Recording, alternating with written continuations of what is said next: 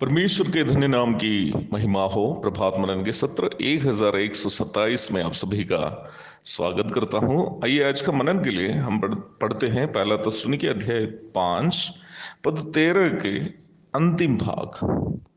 आपस में मेल मिलाप से रहो। बीते दिनों में हम ये मनन कर रहे थे कि वचन के अनुसार प्रभु की सेवा करने वाले प्रभु के दासों के सम्मान और आदर करना क्यों जरूरी है। हम ये भी देखे थे कि सही सेवकों की पहचान क्या है। निम्न बातों को कहने के बाद प्रेरित पौलुस विश्वासियों को आपस में मेल मिलाप में रहने की अनिवार्यता की याद दिला रहा है। विश्वासियों के बीच में सही मेल मिलाप कैसे संभव है। मेल मिलाप शब्द का अर्थ किसी विषय में एक ही राय या मत में आना है। हम ये जानते हैं कि एक स्थानीय कलीसिया में एक ही परिवार के सदस्य नहीं होते। यदि एक ही परिवार के हो भी जरूरी नहीं है कि सभी विषयों में एक ही राय हो। ऐसी स्थिति में विभिन्न पारिवारिक, शैक्षिक, वंशिक, आर्थिक, सामाजिक भूमिकाओं से आए हुए लोगों के बीच में एक ही राय या मत होना कैसे संभव है। यहीं पर हमें यह बात समझनी है कि हम कलीसिया के रूप में क्यों इकट्ठे होते हैं और कलीसिया में प्रभु क्यों आत्मिक नेतृत्वों को कलीसिया की अगुवाई के लिए नियुक्त किया है। आप ये जानते होंगे कि कलीसिया को वचन में प्रभु का आत्मिक शरीर के रूप में समझाया गया है और कलीसिया के प्रत्येक सदस्य उस आत्मिक शरीर के अंग है। पहला कुरिन्थियों अध्याय 12 पद 27। यदि शरीर का हर काम सही तरीके से होना हो तो शरीर का प्रत्येक अंग को मस्तिष्क से आदेश स्वीकार करते हुए मिलजुल कर काम करना है, तब शरीर की प्रगति सही तरीके से होगी। कलीसिया का सही बढ़ोतरी सदस्यों की संख्या बढ़ने से बढ़कर प्रत्येक सदस्य का स्वभाव मसीह के स्वभाव के अनुरूप हो जाने से होता है। वास्तव में हमें उद्धार देकर कलीसिया के सदस्य बनाने के पीछे प्रभु का एक महत्वपूर्ण उद्देश्य भी यही है। दूसरे पत्रस अध्याय 1 पद 3 और 4। अलग अलग भूमिकाओं से ताल्लुक रखने वाले लोग जब प्रभु यीशु मसीह नामक एक व्यक्ति के स्वभाव के हो जाते हैं तो उनके बीच में मतभेद कैसे हो सकता है। सबका स्वभाव अगर एक हो गया तो फिर मतभेद होना असंभव है। वास्तव में परिवार में हो या फिर कलीसिया में मतभेद और झगड़ा इसलिए होते हैं क्योंकि मसीही लोग ना ही अपने पूर्व के पापमय स्वभावों को त्यागते हैं, ना ही मसीह की पहचान करते हुए प्रभु के स्वभावों के अनुरूप अपने स्वभावों को बदलते हैं। कलीसियाओं में और परिवारों में झगड़ा और झंझट खत्म नहीं होने का एकमात्र कारण यही है।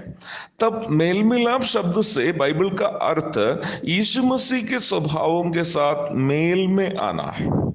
जब तक हम में से प्रत्येक विश्वासी मसीह के स्वभाव के साथ मेल में नहीं आता है, मेल मिलाप होना असंभव है।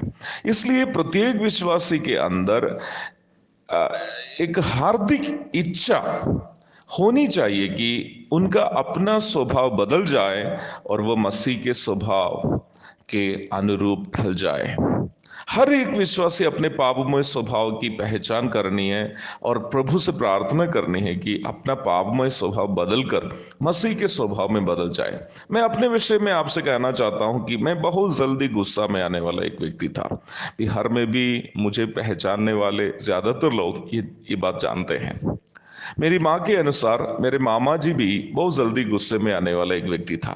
शायद इसलिए ही मेरा ये स्वभाव पूर्वजों से प्राप्त स्वभाव था और मैं इस स्वभाव पर चाहकर भी काबू नहीं कर पा रहा था। यहाँ तक मेरे वैवाहिक जीवन के प्रारंभिक दशा में भी मेरे इस स्वभाव के बहुत ज्यादा बुरा असर था। परंतु जब मैंने समझा कि मेरा ये स्वभाव मुझे प्रभु में बढ़ने में एक विघ्न है, बाधा है, मैं प्रभु से प्रार्थना करने लगा कि प्रभु मुझे मेरे क्रोध का नियंत्रण करने में आप मेरी मदद कीजिए।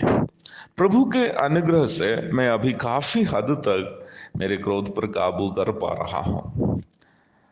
हर एक विश्वासी के अंदर इसी प्रकार अपने पापमय स्वभावों को बदलकर प्रभु के स्वभावों को लागू करने की इच्छा होनी चाहिए और उसके लिए उनको प्रार्थना भी करनी चाहिए। प्रभु के द्वारा कलीसिया में नियुक्त आत्मिक नेतृत्व का दायित्व यह है कि विश्वासियों को उनके अपने स्वभावों को बदलकर मसीह के स्वभावों के अनुरूप करने में विश्वासियों की मदद करे। इफिसियों अध्याय 4 पद 11 से 13 तक। जब कलीसिया के प्रत्येक सदस्य का स्वभाव मसीह के स्वभावों के अनुरूप हो जाते हैं तो वास्तविक मेल मिलाप कलीसिया में एक दूसरे के साथ हो जाता है। वास्तव में कलीसिया में हो, परिवार में हो, समाज में हो, देश में हो, आपस में मिलजुल कर यदि लोग रहने हैं तो सबका स्वभाव यीशु मसीह के स्वभाव के साथ मेल में आना है। अगर ऐसा कोई दिन आ जाएगा, उस दिन हमें इस संसार में रहने के लिए आर्मी और पुलिस की जरूरत नहीं पड़ेगी। प्रभु के धन्य नाम की महिमा हो। आमीन।